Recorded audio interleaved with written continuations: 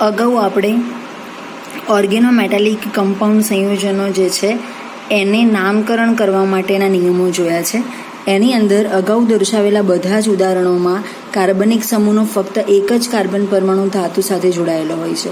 આથી તેમને મોનોહેપ્ટો સંયોજન તરીકે ઓળખવામાં આવે છે તથા H- અથવા NaNu1 તરીકે દર્શાવવામાં આવે છે. જે કાર્બધાત્વિક સંયોજનોમાં એક જ કાર્બનિક સમૂહના એકથી વધુ કાર્બન પરમાણુ ધાતુ સાથે બંધ બનાવી શકે છે એને આપણે પોલીહેપ્ટો તરીકે ઓળખીએ છીએ. આવા સંયોજનોમાં સૂત્રમાં કાર્બનિક સમૂહની હેપ્ટિસિટી પૂર્વગ તરીકે દર્શાવવામાં આવે છે. અહીંયા આપણને એક્ઝામ્પલ આપેલા છે. ડાયહેપ્ટો સંયોજન છે અને આ ટ્રાયહેપ્ટો સંયોજન છે. ડાયહેપ્ટો સંયોજનોની અંદર આ એનું સ્ટ્રક્ચર આપેલું છે. PTCl3H2C2H4- એમાં H2 એ હેપ્ટિસિટી એની સૌથી પહેલાં દર્શાવી છે. ઇથિલિન ટ્રાયક્લોરોપ્લેટિનેટ ઇથિલિન છે. ટ્રાયક્લોરોપ્લેટિનેટ પ્લેટિનમની એની ઓક્સિડેશન અવસ્થાનું મૂલ્ય 2 છે અને આયન એ પ્રમાણે એનું નામકરણ કરેલું છે.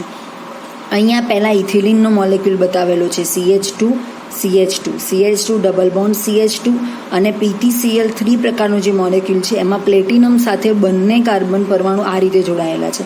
એટલા માટે એને ડાયહેપ્ટો પ્રકારનું સંયોજન તરીકે ઓળખવામાં આવે છે. સંયોજન બિલકુલ સિમ્પલ અને નોર્મલ છે. આપણે અત્યાર સુધી આ ઇથિલિન કમ્પાઉન્ડ દોરતા આવ્યા છીએ એ પહેલાં દોરવાનું છે. પછી PTCl3નો છેડો કોઈ પણ આગો પાછો થાય છે તો બહુ ચિંતા જેવી વસ્તુ નથી.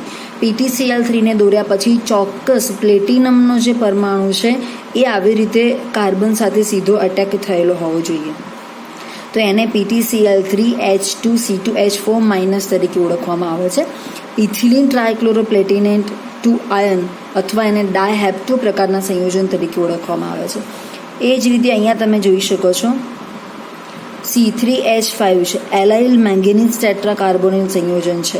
તો એના માટે પહેલાં એલાઇલ પ્રકારની જે રચના છે એ દોરેલી છે કે જેમાં CH2 ડબલ બોન્ડ CH એ પ્રકારની રચના છે કે જેમાં અંશતઃ દ્વિબંધની હાજરી છે અને Mn સાથે CO4 પ્રકારના કાર્બોનિલ પ્રકારના 4 પરમાણુઓ જોડાયેલા છે.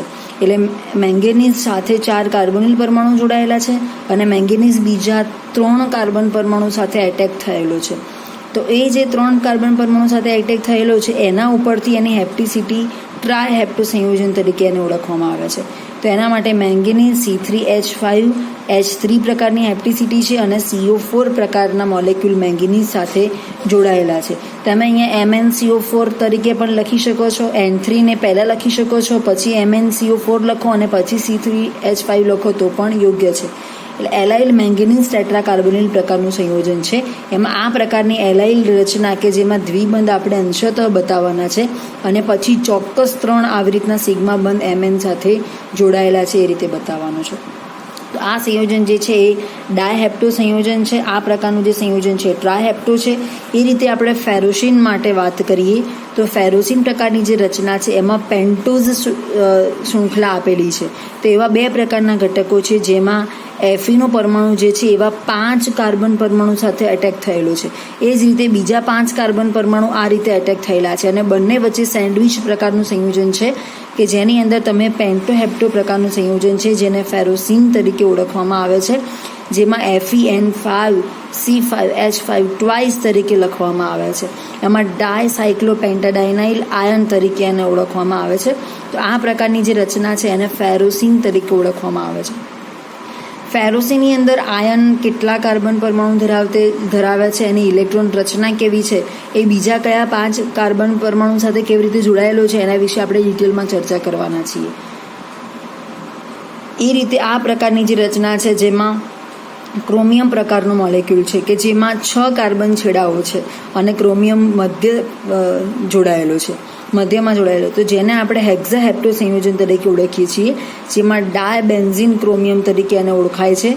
C6H6 ટ્વાઇસ ક્રોમિયમ અને હેપ્ટિસિટીનો આંક જે છે એ 6 છે. એટલે એના ઉપરથી એને આપણે હેક્ઝાહેપ્ટો સંયોજન તરીકે પણ ઓળખી શકીએ છીએ. કેટલાક કાર્બધાત્વિક સંયોજનોમાં કાર્બનિક સમૂહ 2 ધાતુ પરમાણુની વચ્ચે બ્રિજ બોન્ડની રચના કરે છે. દાખલા તરીકે અહીંયા Me3Al2 અગાઉ આપણે વાત કરી કે Me જે છે મિથાઇલ સ્વરૂપે આપણે લેવાનું છે. Al એટલે એલ્યુમિનિયમ માટે છે, મિથાઇલ છે આ બેરિલિયમ છે. તો એ પ્રમાણેના અમુક સંયોજનો છે કે જેમની અંદર બ્રિજ બોન્ડની રચના થયેલી હોય છે, એટલે એમનું નામકરણ કરવા માટે આગળ મ્યુ લગાવવામાં આવે છે. અને પોલિમર સમૂહના નામની આગળ કેટીના અથવા તો કેટેનેશનનો ગુણધર્મ હોવાના કારણે આવો પૂર્વક લગાવવામાં આવે છે. તો અહીંયા એનું નામકરણ આપેલું છે ડાયમ્યુ મિથાઇલ ટેટ્રામિથાઇલ ડાયએલ્યુમિનિયમ. એ રીતે કેટીના ડાયમ્યુ મિથાઇલ બેરિલિયમ તરીકે એને લખવામાં આવે છે. તો આમાં તમે જોઈ શકો છો કે એલ્યુમિનિયમના 2 મોલેક્યુલ છે અને મિથાઇલના ટોટલ 6 મોલેક્યુલ છે. 3 ગુણ્યા 2 એટલે 3 ગુણ્યા 2 એટલે ટોટલ CH3ના 6 મોલેક્યુલ હોવા જોઈએ. તો આ બંને ઉપર નીચે જોડાયેલા છે, એટલે આ પણ સેતુરૂપ બોન્ડ છે અને આ પણ સેતુરૂપ બોન્ડ છે. એટલે Alનો પરમાણુ જે છે આ પ્રમાણે સેતુરૂપ બોન્ડથી જોડાયેલો છે.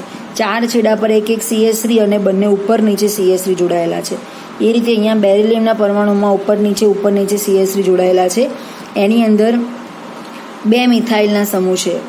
ફિક્સ નથી કે કેટલા બેરિલિયમના અને કેટલા મિથાઇલના સમૂહ હોઈ શકે છે. એ રીતે બેરિલિયમના પરમાણુ અહીંયા 1 અને 2 મિથાઇલનો સમૂહ એવા ઘટકોની આખી શૃંખલા જોવા મળે છે, જેને આપણે કેટીના ડાયમ્યુ મિથાઇલ બેરિલિયમ તરીકે ઓળખીએ છીએ. હવે આપણે ફેરોસિનની જે આપણે વાત કરી, જેને આપણે ડાયસાયક્લોપેન્ટાડાઇનાઇલ આયન તરીકે ઓળખીએ છીએ, એ ફેરોસિન વિશે આપણે ડિટેલમાં ચર્ચા કરીએ. તો ફેરોસિન એટલે શું? ફેરોસિનનું બંધારણ કેવી રીતે હોવું જોઈએ? સાયક્લોપેન્ટાડાઇનાઇનના કાર્બધાત્વિક સંયોજનો જે છે એમાં ફેરોસિનનું બંધારણ આપણે જોવાનું છે.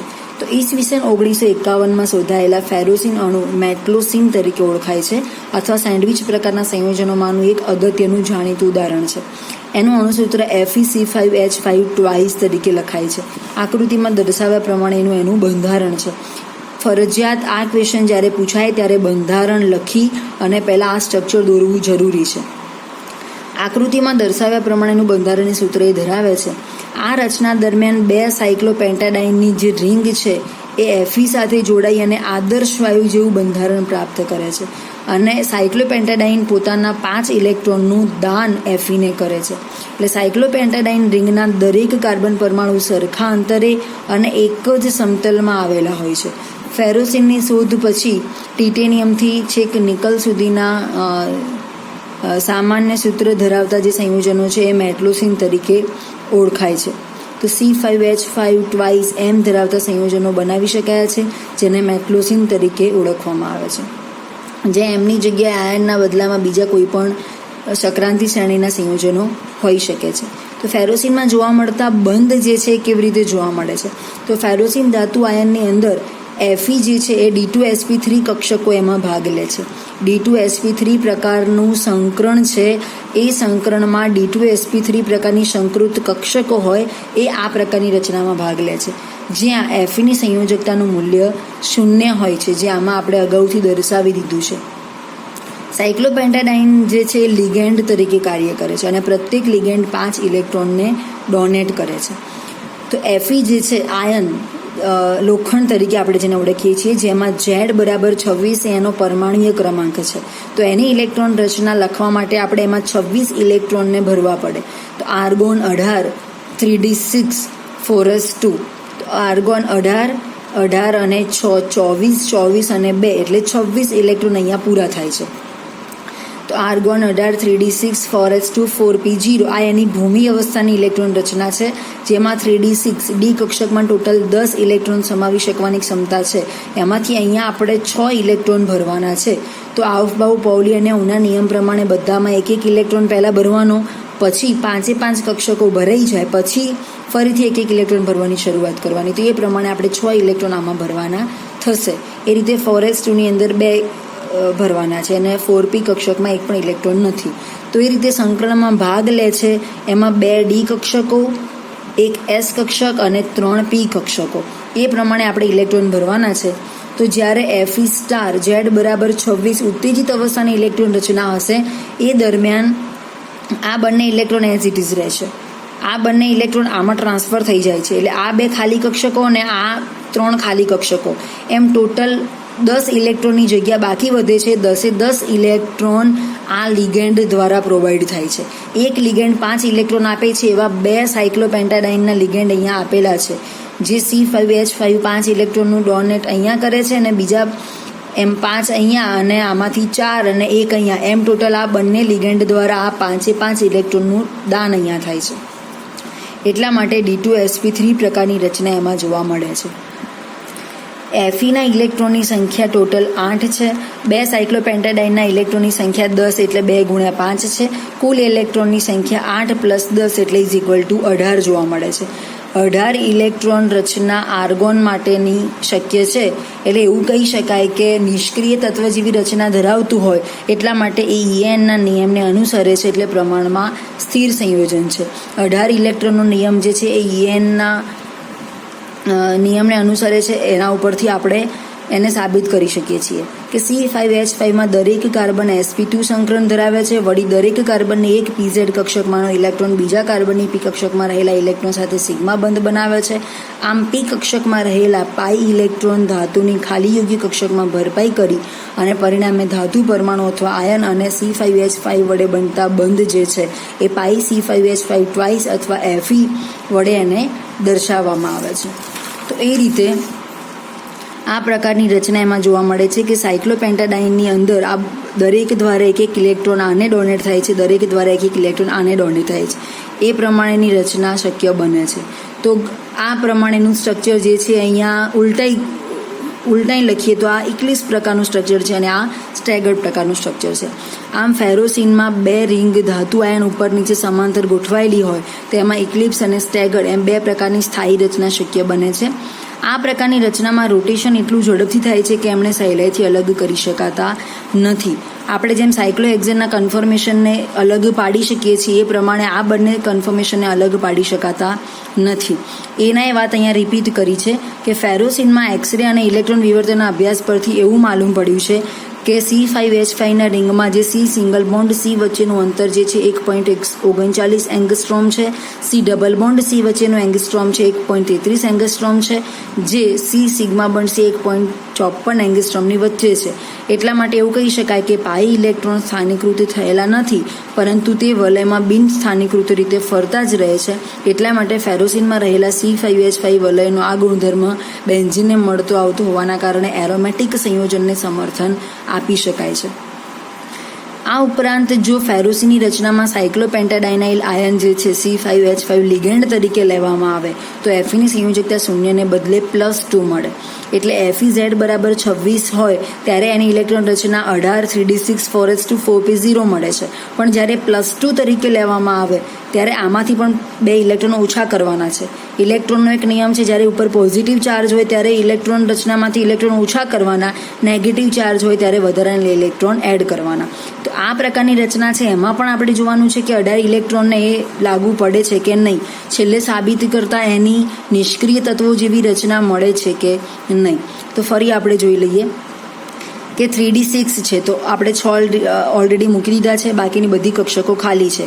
તો એઝ ઇટ ઇઝ એમાં પણ D2sp3 પ્રકારનું સંકરણ મળે છે. બંને દ્વારા 6 પાઈ ઇલેક્ટ્રોનનું દાન કરાય છે. તો આ બંને દ્વારા 6 ઇલેક્ટ્રોનનું દાન કરવામાં આવે છે. એટલા માટે અહીંયા Fe+2ના ઇલેક્ટ્રોનની સંખ્યા 6 છે, જ્યારે C5H5ના ઇલેક્ટ્રોનની સંખ્યા 12 એટલે 6 ગુણ્યા 2 છે. એટલે પાઈ ઇલેક્ટ્રોન દ્વારા એ પ્રમાણે દાન મળે છે, કેમ કે આ બંને નેગેટિવ આયન તરીકે લીધેલા છે. એટલે એક નેગેટિવ ચાર્જ અને આ 5 એટલે એ મળી અને કુલ 6 મળે છે. એટલે અહીંયા પણ કુલ ઇલેક્ટ્રોનની સંખ્યા Fe+2 માટેના 6 ઇલેક્ટ્રોન અને આના બંનેના 6 ઇલેક્ટ્રોન એટલે 6 અને 6 એમ ટોટલ 6 + 12 = 18 ઇલેક્ટ્રોન મળે છે. 18 ઇલેક્ટ્રોન આર્ગોન જેવી નિષ્ક્રિય રચના ધરાવે છે. એટલા માટે 18 ઇલેક્ટ્રોનનો ENનો નિયમ અહીંયા પણ લાગુ પડે છે. એટલે Fe+2 માટે પણ લાગુ પડે છે, એ જ રીતે Fe માટે પણ લાગુ પડે છે. એટલા માટે ફેરોસીનનું આ જે સ્ટ્રક્ચર છે એ બિલકુલ યોગ્ય છે, એ આપણે આના ઉપરથી સાબિત કરી શકીએ છીએ અને ENના નિયમને અનુસરે છે એવું પણ કહી શકાય છે.